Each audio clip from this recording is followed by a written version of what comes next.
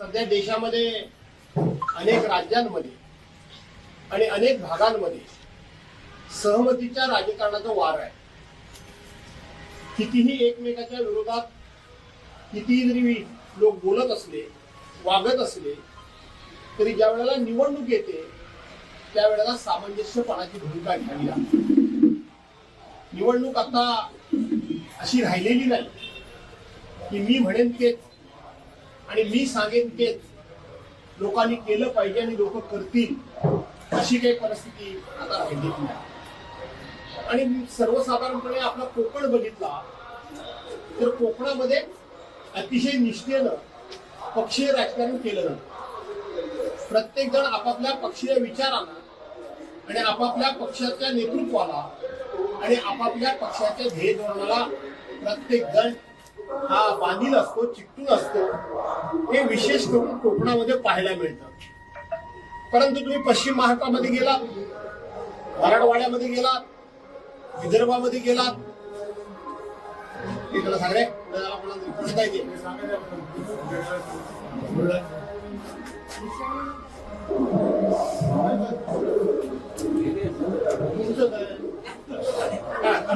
समजत ना आम्ही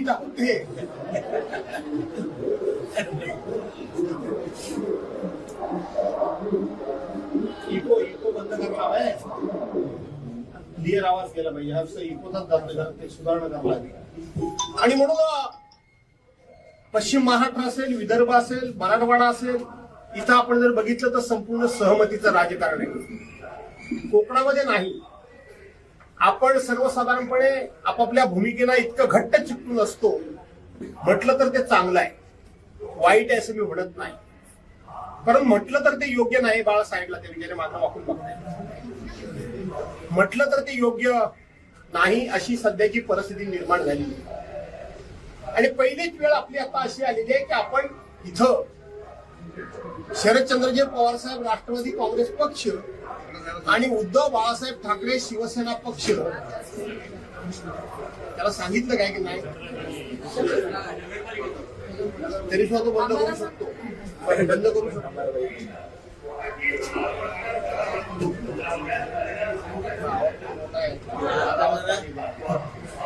आवाज येतोय का माझा मागे?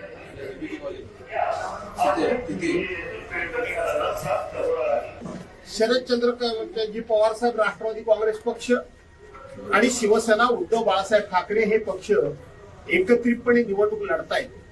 अर्थात ही निवडणूक संपूर्ण शहरामध्ये आम्ही एकसंघपणे लढण्याचा निर्णय केला, परंतु काही कारणांमुळे त्याच्यामध्ये यश आलं नाही.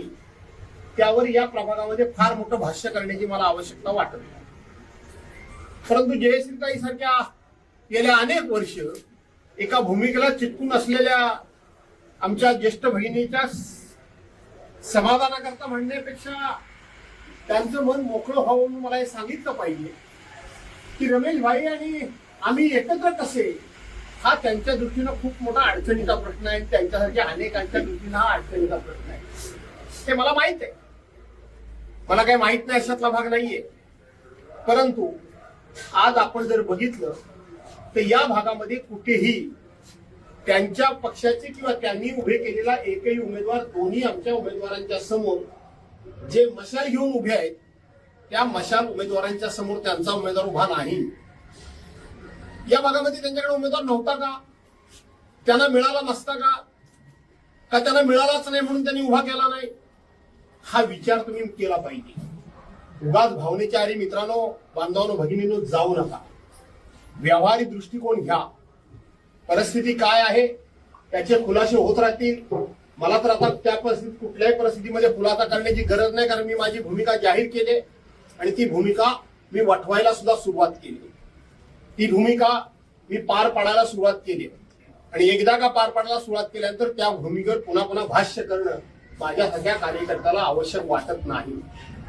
आम्ही जेव्हा चर्चेला बसलो तेव्हा मी सांगितलं की सुनील कुलकर्णींसारखा, म्हणजे मध्यंतरी मी शिवसेनेमध्ये नव्हतो पण तरी सुद्धा तो शिवसेनेबरोबरच चिटकून राहिला होता. पूर्वी आज धारपई आहेत की नाही मला माहित नाही, अण्णा देवधर आहेत की नाही मला माहित नाही, जया जोशी आता बिचारा गेला, पण दादा जोशी आजही मला येऊन प्रत्येक निवडणुकीमध्ये विचारतो की काय करायचं. नंदासेठ चितळे असतील, सुरेशेठ चितळे असतील, त्यांची मुलं असतील, ही आजही मला येऊन विचारतात प्रत्येक निवडणुकीमध्ये की काय करायचं, आणि त्या वेळेला जे योग्य असेल ते मी सांगण्याचा प्रयत्न करत असतो. मी जरी या भागाचा गेले 20-21 वर्ष आमदार नसलो तरी सुद्धा लोकांनी मला सोडलेलं नाही, मी त्यांना सोडलेलं नाही. लोकांनी मला सोडलेलं नाही, मी त्यांना सोडलेलं नाही. कोण कुठल्या पक्षात आहे याच्याशी मला काही देणं घेणं नव्हतं. मला काही ते पुन्हा निवडणुकीला उभं राहायचं होतं अशातला भाग नाही. परंतु अडचणीच्या काळामध्ये ज्या सहकार्याने आपल्याला दिवस रात्र मदत केली ते आज कुठल्याही पक्षात असतील, आज एका विशिष्ट पोझिशनला मी आहे, त्यामुळे त्यांना जी लागेल ती मदत करणं, ते कुठल्या पक्षात आहे यापेक्षा कधी काळी ते माझ्या बरोबर होते ही आठवण ठेवणं मला कायम महत्वाचं वाटलं, कायम महत्वाचं वाटलं. आणि म्हणून प्रत्येक वेळी मी त्यांना मदत करत राहिलो. सुनील, आज तुला निवडणूक लढवण्याची संधी मिळालेली आहे. मला काही यापूर्वी मिळालेली की मला माहित नाही, नसावी. प्रत्येक वेळी निवडणूक लढवण्याची संधी मिळालेली नाही. प्रत्येक वेळी त्याला तू थांब सुनील, तू थांब सुनील, तू थांब सुनील. आताही मी जरी सांगितलं असतं तर मी थांबला असता, पण किती काळ सांगायचं हे एखाद्या कार्यकर्त्याला. म्हणून त्याची उमेदवारी आता निश्चित झालेली आहे. तू काळजी करू नकोस, तू काळजी करू नकोस. तुझ्या विरोधातला जो उमेदवार उभा आहे त्याच्याकरता खड्डा खणण्याकरता त्यांच्या पूर्व पक्षाचे दोन लोक उभे आहेत, दोन लोक उभे आहेत त्याला खड्डा खणण्याकरता. बरोबर आहे ना? नाहीतर तुम्ही कोणीतरी म्हणाल माझ्या घरामध्ये तो गॅस सिलेंडर पोहोचवतो, माझ्या घरातलं पत्र नेऊन तो पोस्टात टाकतो, माझं लाईट बिल आणतो, पुन्हा लाईट बिल माझ्याकडनंच पैसे घेऊन भरतो, आणखीन काय काय करतो, कोणाचा घरातला सिलेंडर संपला तर तो आणतो. हे असलं काम करत असेल तर ते काम त्याला करायला पूर्ण वेळ द्या, अर्धा वेळ नको. कायम दिवसभर आपल्याला असं काम करणारा माणूस हवाय ना. पण नगरपालिकेमध्ये काम करण्याकरता तो नको तर सुनील कुलकर्णीच हवा आहे, हे लक्षात ठेवा. एक चांगला माणूस तुम्हाला घरगुती काम करण्याकरता चांगला मिळेल, त्याला कशाला गुंतवताय त्या नगरपालिकेच्या याच्यामध्ये? त्याला गुंतवू नका नगरपालिकेच्या कामामध्ये. आणि नगरपालिकेच्या गेल्या 5-7 वर्षामध्ये त्यांनी काय काय उद्योग केले, सभा नाहीये म्हणून, नाही तर तुझ्या प्रभागामध्ये मी सांगितलं असतं काय काय उद्योग केले ते. देणार ना सुनील कुलकर्णीला निवडून? नाही देणार? नक्की ना? आणि मग आता राहता राहिल्या साक्षीताई, त्यांना तर लोकांनी निवडूनच जाहीर केलेलं मला वाटतं अगोदर. म्हणून त्यांनाही तुम्ही निवडून द्या. राहता राहिला प्रश्न भाईंचा.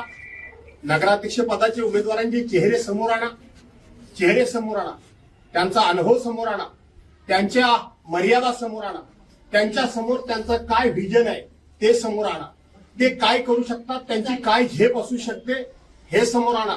नेत्याच्या समोर मान वर करून बोलण्याची त्यांची ताकद आहे का, कुवत आहे का, ती त्यांच्यामध्ये हिंमत आहे का, की ज्या शहरानं मला संधी दिली तर त्या शहराकरता मी कोणाशीही वाईटपणा घेईन, अशा प्रकारचं धाडस त्यांच्यामध्ये दिसतंय तुम्हाला?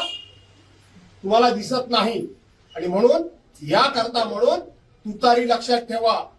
तुम्ही तर जयश्री वहिनी, तुम्ही आणि तुमच्या हस्त्यांना सांगतो की तुतारीवर बोट कसं मारायचं असं वाटत असेल तेव्हा अगोदर ते मशीन आलं की तुतारीवर बोट ठेवा, डोळे बंद करा आणि दाबा.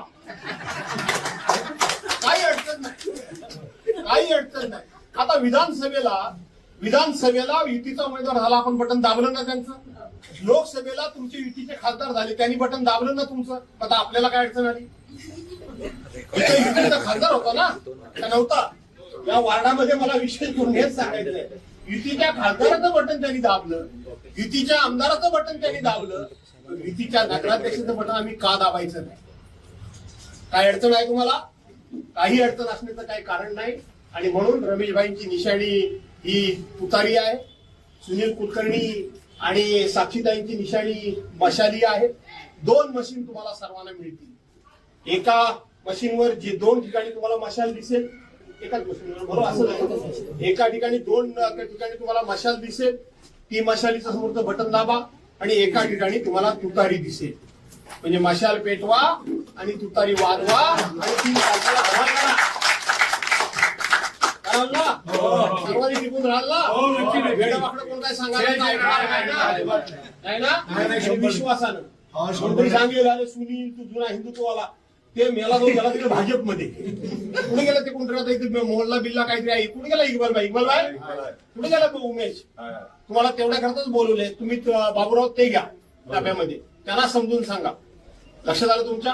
आणि म्हणून तुम्हाला सर्वांना धन्यवाद देतो. मी उभा राहत नव्हतो, मी बोलायला उभा राहिलो की माझा मी बराच वेळ बोलतो. सभा घ्यायची सभा घ्यायची घेतोय सभा कोणाला आहे?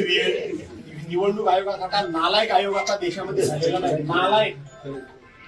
काल निशाणी मिळालेली लोकांना 30 तारखेपर्यंत प्रचार, 4 दिवसामध्ये कागदपत्र तयार करा, निशाणी तयार करा, लोकांपर्यंत पोहोचवा. यांच्या बापानं कधी हे केलं होतं काय?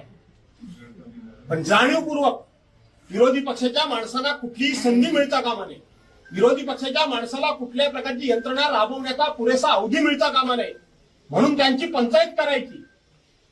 हे सत्ताधारी पक्षाचं काम आहे. यातून लोकशाही दिवसागणिक अडचणीत यायला लागलेली आहे. आणि म्हणून लोकशाही वाचवायची असेल तर मुळापासून हे परिवर्तन घडवायला पाहिजे. आणि ते चिपळूणमध्ये तुम्ही घडवाल हा विश्वास व्यक्त करतो.